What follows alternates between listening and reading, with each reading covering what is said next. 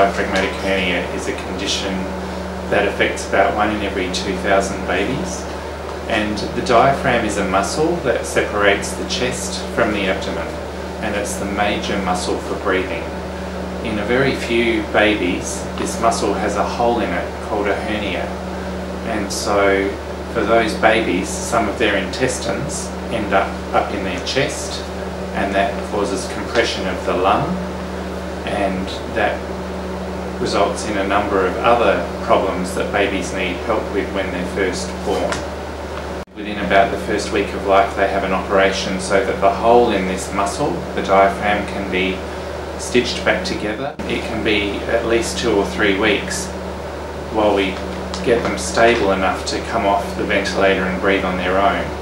The heart has trouble pumping blood through the lungs, which means they have trouble picking up enough oxygen. So they need the help of the ventilator and lots of medication that we give them so that they can get enough oxygen in their system to survive. And over the first few weeks of life after they've had this surgery, they often develop and mature enough to be able to breathe on their own. So Iggy Cartwright came to us with a number of conditions, including congenital diaphragmatic hernia. And he was very sick, and there were a number of points along the way where we weren't quite sure whether Iggy was going to make it. He was very sick. But his parents stayed at his bedside every day for 6 months, and he was a real fighter. And with time and the right treatment, he slowly improved to the point where we could get him home.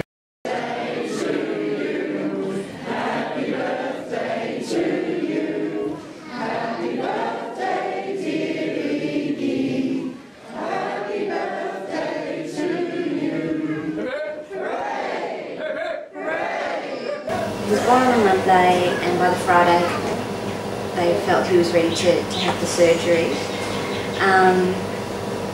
I'd done a lot of reading, and I felt like I was informed, but I think I naively thought that once he had his operation that we'd just move forward from that point.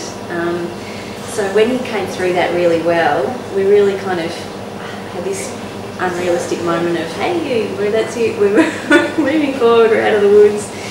Iggy was in for 182 days and counting.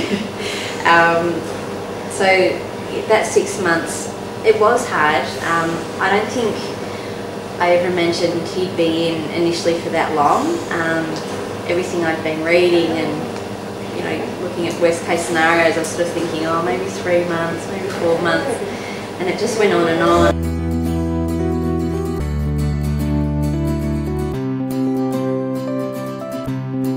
Now I still have flashbacks to it, and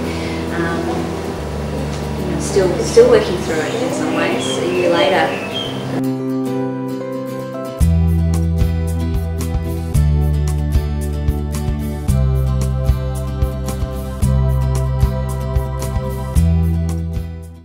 He needs oxygen all the time, so he's got prongs attached permanently, and we either have him attached to the concentrator.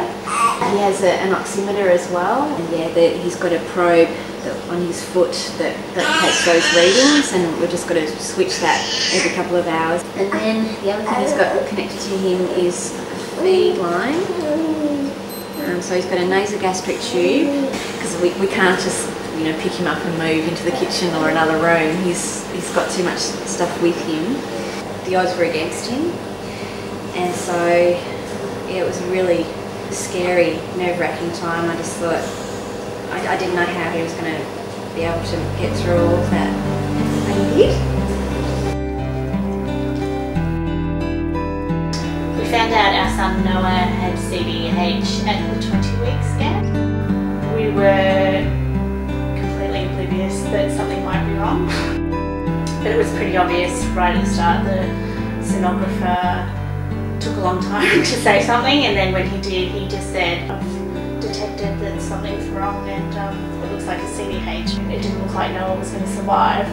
I think in our heads we had already made the decision that if it was bilateral, that we would let him go early. We planted a tree in memory for him because we want to watch that tree grow, and for our other kids to remember him with that. We was very much in shock. Like, I didn't cry at all the day Noah was born. Yeah, it just really didn't hit. Like, I knew he was dead, but I didn't let that register emotionally. Hormones drop after a few days of pregnancy. I think that's when I started to realise that Noah wasn't inside me anymore and he wasn't here, so it's like, where is he? I think that's when I started to realise that he was gone.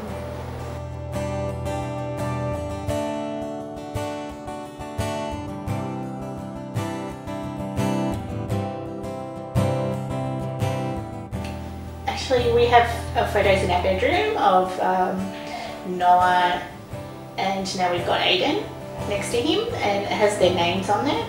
And a lot of times when Aiden's in the bedroom with us, he'll like look at Noah's picture and he'll smile. So we're quite outwardly, you know, and I'd say, oh, that's your older brother Noah. So he'll always know that that's Noah.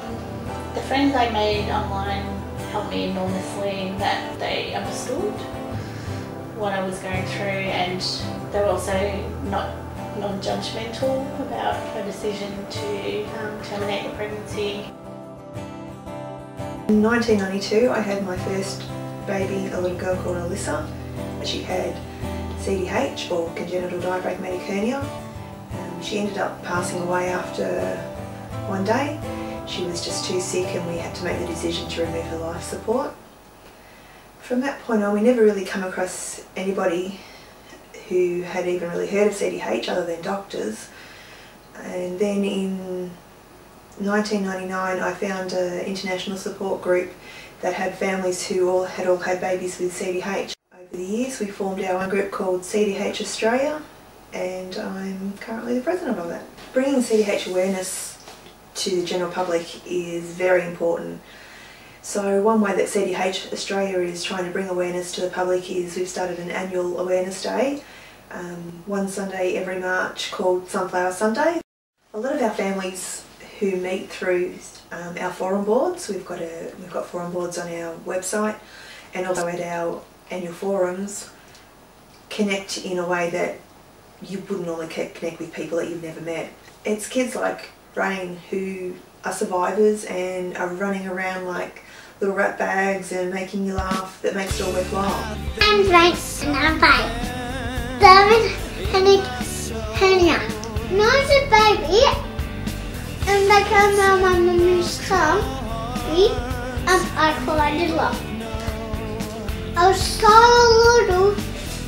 I had tiny feet and little ears. I was a tiny bit sick. Because some babies are a little bit tiny bit sick. They're sick.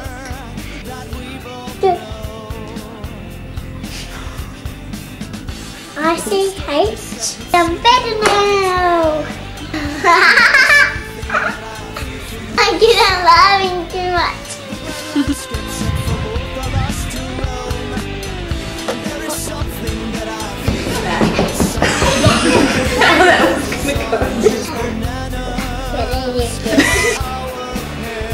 Laurie!